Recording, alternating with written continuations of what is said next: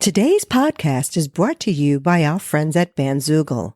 Built for musicians, by musicians, Bandzoogle powers the websites for tens of thousands of artists around the world. Their simple step-by-step system will get you online in minutes. Choose from dozens of mobile-friendly templates, then customize your design in just a few clicks.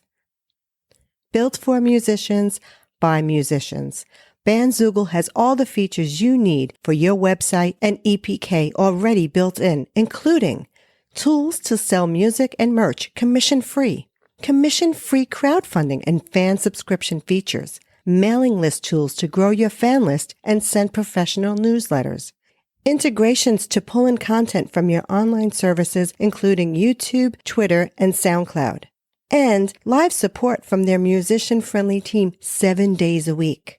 Go to bandzoogle.com to try it for free for 30 days, and be sure to use the promo code DrummerGirl. That's all one word, to get 15% off for the first year of any subscription.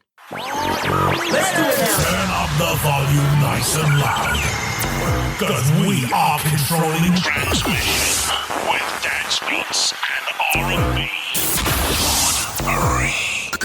You're in the mix with Lil Drummer Girl with your host, Dawn Marie.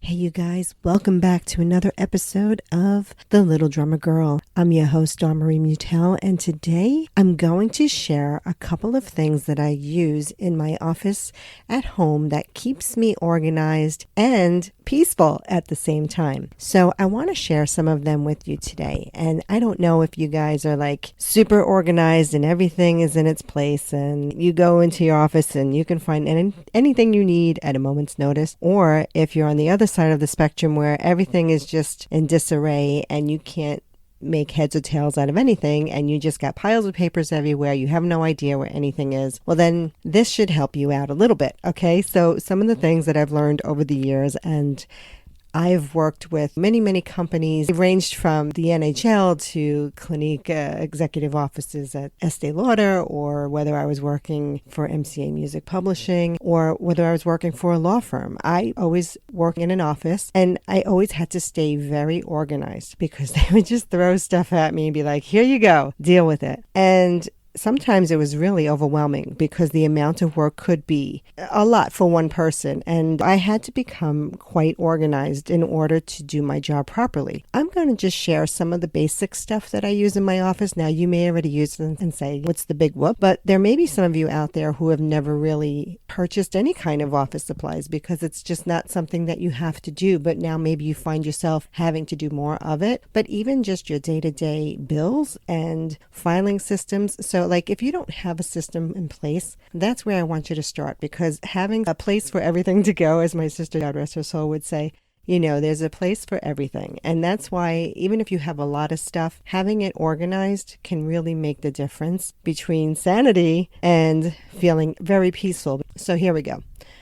Creating a Pendaflex folder file. If you don't know what Pendaflex is, it's just the name brand, and it's the type of folder where you can hang in a file cabinet or in individual file sorters that they have where you put like 5 or 6 working files in them. And that's really helpful. I like having files that I'm working on that, you know, something that's hot and that needs to be touched every day. You got to get to it. Keep one on your desk, and it's going to save you a lot of time trying to find everything. And I believe in binders. I've been using the binder system since about 2003. I've always used binders, but not like the way I do now. And so what I do is like, if I'm learning about self-publishing, when I was writing my book, I wanted to learn how to self-publish, right? So you get all this information, you take all these classes, you get all these notes. And what do you do with them? So I put them in a binder. I try to get the largest that I can find if it's something that's going to be a lot of paperwork. And it may take an extra minute or two to put them in that binder, but let me tell you, when you do it and you're looking for it, you'll find it in a second. Another thing in those binders is using those dividers. Now, I like using colors just so I can see them a little bit easier. It's easier to find things for me. They also have some that you can write on. So you may want to get those because if you can erase it and write it and change them as you need it, that's always a good thing too. I love finding some of these office supplies at the Dollar Tree stores, not the Dollar General because that's not a true Dollar Tree store, but anything that says Dollar Tree, then you can find paper clips, binder clips. That's another thing that I find that are really important, believe it or not. Simple little things like paper clips and binder clips. And if you don't use binder clips, I highly suggest getting some in different sizes. They come in these like little micro size all the way up to a jumbo size. And I use all of them because they really can keep the things that are, say, that need to be together and you want to keep it within the project. Let's say there's other things. So like you could have different assortments of items that are in there that pertain to different matters within that topic. So I like using binder clips to sort it that way. And if you want to colorize your system, I like to use different color pens and markers to keep me on track because I do have a few different things going on at the same time. So I find that color coordinating really helps keep it organized. So you may start to think about having a couple of different color marker pens. Let's say you're an engineer and you're doing engineering work, but then you're also a musician and you've got gigs that you're doing, or maybe you're writing songs, and so that's another aspect of your business, right? So you're going to divide those because not everything is happening at the same time. Speaking of time, a great way to really stay on time is to have a planner. And if you're not using a planner, then you're really missing out because it will help you in so many ways.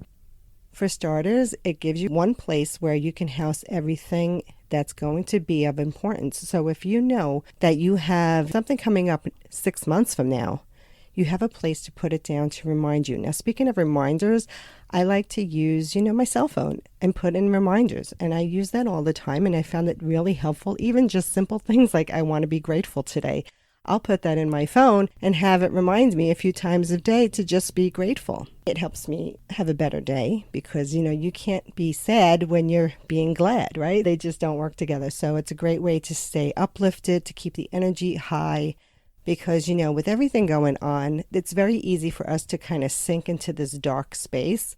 And that's the last place you want to be, right? Because if you have dreams and goals and desires to have a great life, well, that means a lot of work ahead, right? It's not like it's just going to fall out of the sky and land on your lap. No, it doesn't work that way, right? So everything takes time and energy. So how do you preserve your time and energy? For starters, it's being organized, and that's going to help you stay focused and organized and productive. And I hate to say the word busy because you know what? Being busy doesn't mean anything. It just means that it could be just sucking time up for us and we're not achieving the things that are important in our lives. So I like to say, I'm being productive. And when you stop saying busy and you use productive, it really makes a difference. When you realize like something is sucking your time, you may think about that now and say, oh, I just spent 3 hours surfing the net and I really should have been working on XYZ.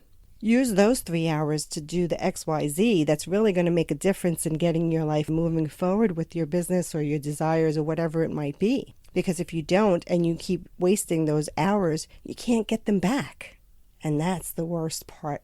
And there's nothing worse than living with regret, right? Because that just sucks. So let's see. All right, we got your binders, we got your binder clips, we got your Pendaflex folders. Another great thing I like to use is a very simple wire rack. And it's also another file system. But between the one where you can put the hanging folders, you can also just put like manila folders in these upright wire racks, right? And they can also be around your desk area. So that, again, if they're pressing items, you can kind of just pull them up and work on them. All right, so I talked about markers and pens. Now, I don't know if you're like me, but I don't like when I grab a pen where it's something I have to write down urgently and then the thing doesn't work. Have you ever been there and has it ever happened to you? I'm sure it has, right? And it's horrible because now you just missed the first 3 numbers of a telephone number on TV or something that you were trying to get and whatever it might be. And then you got to go find and scramble and find one. So go through all of your pens and markers and check them out, test them out. If they don't work, toss them out.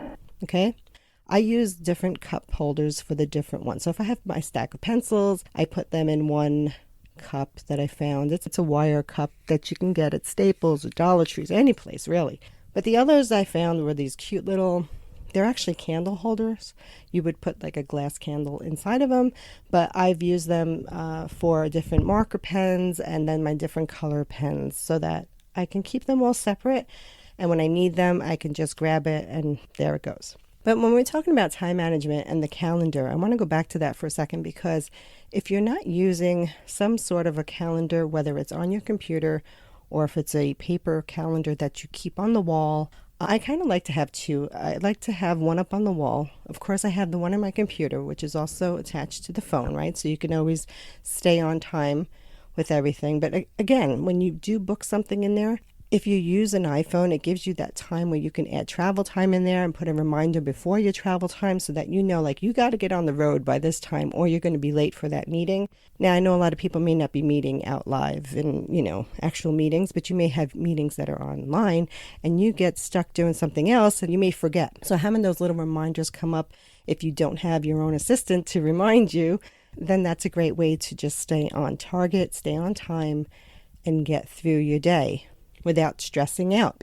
And you start scrambling, it's, oh my God, I'm going to be late, da da da da da. It's never good. You get into the meeting, you're sweating, it's hot. It's like, oh my gosh, right? Whereas if you gave yourself an extra 15 minutes to get there, you can get there, have a cup of coffee, relax, and start your meeting, right? So that you're not stressed out. Because who likes stress, right? We don't want stress. We want peace and calm, right?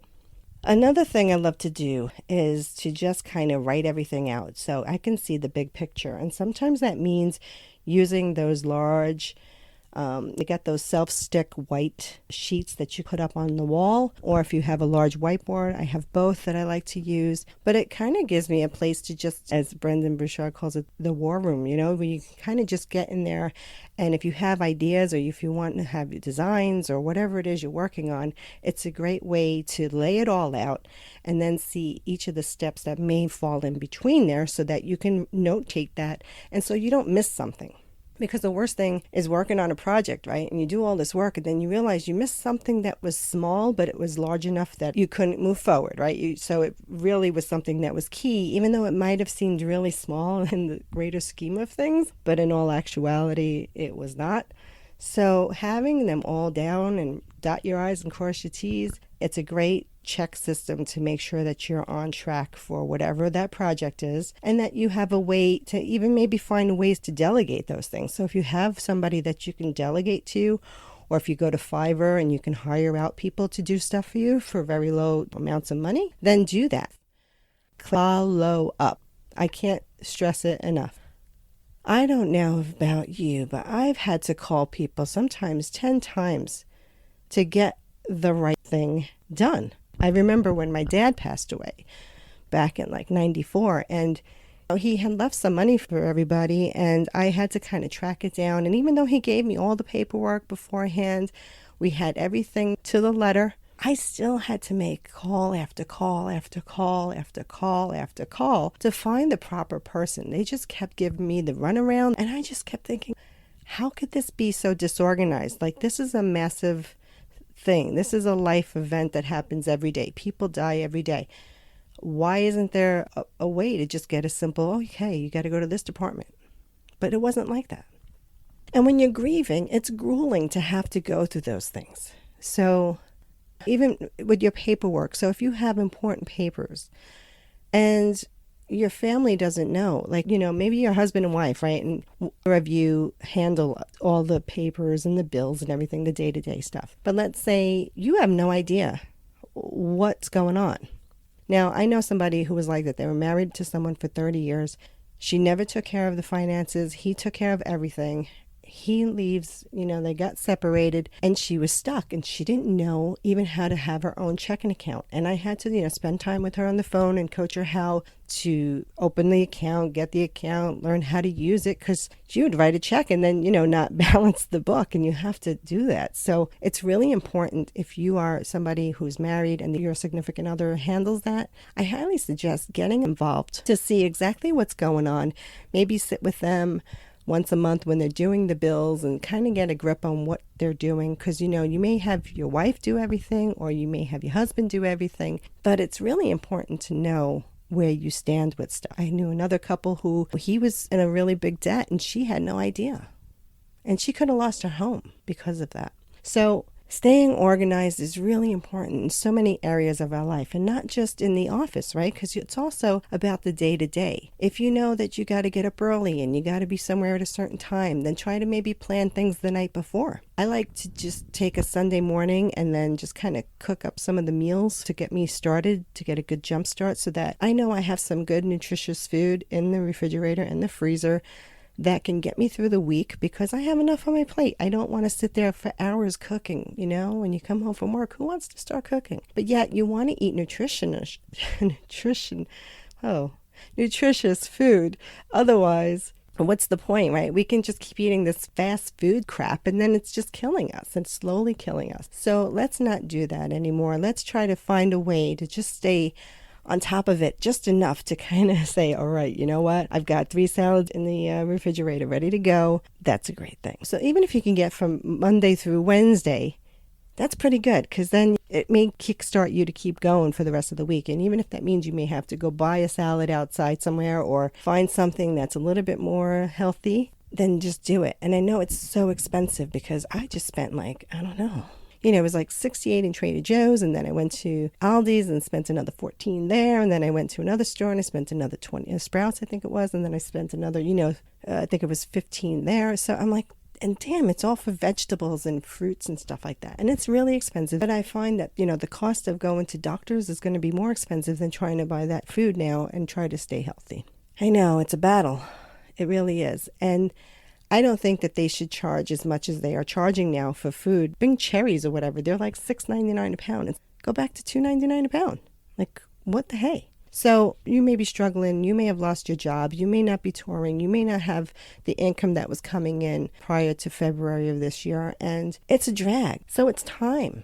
Besides being organized, I want to see us thrive and really enjoy our lives, so that we can stop struggling, so that we can really grow. And, maybe you may want to get more spiritual. Maybe you've realized a few things with COVID going on that maybe you have to kind of, change up in your life. And that's another reason why I wrote my book, The 151 Musically Inspired Secrets to Master This Thing Called Life, because I know from real life experiences over the decades of the struggles that I've had to deal with as a single person, with injuries in my body, with pain, with loss of incomes, with all this crap that's happened, with, being hit 3 times by 3 different cars and falling in a sinkhole. And I've had to keep myself afloat and keep fighting and keep going and keep pushing myself for another day, for another week, for another year, for another decade. It's really, really tough. And how do you do that? How do you stay strong when things get tough? How do you stay on path when you know that something else is removing you from the path and you're getting further and further away from it? So how do you stay ahead of the game? One of the things that I've done for over those 30 years was to really study and learn about the laws of attraction, about changing my mindset, about how to love more freely, even though I've been hurt several times and it was grueling, to still be able to love, right? Because that's really important. Now, I may be digressing here, but it kind of all ties in with one another. And I just want you to have this sense of awareness.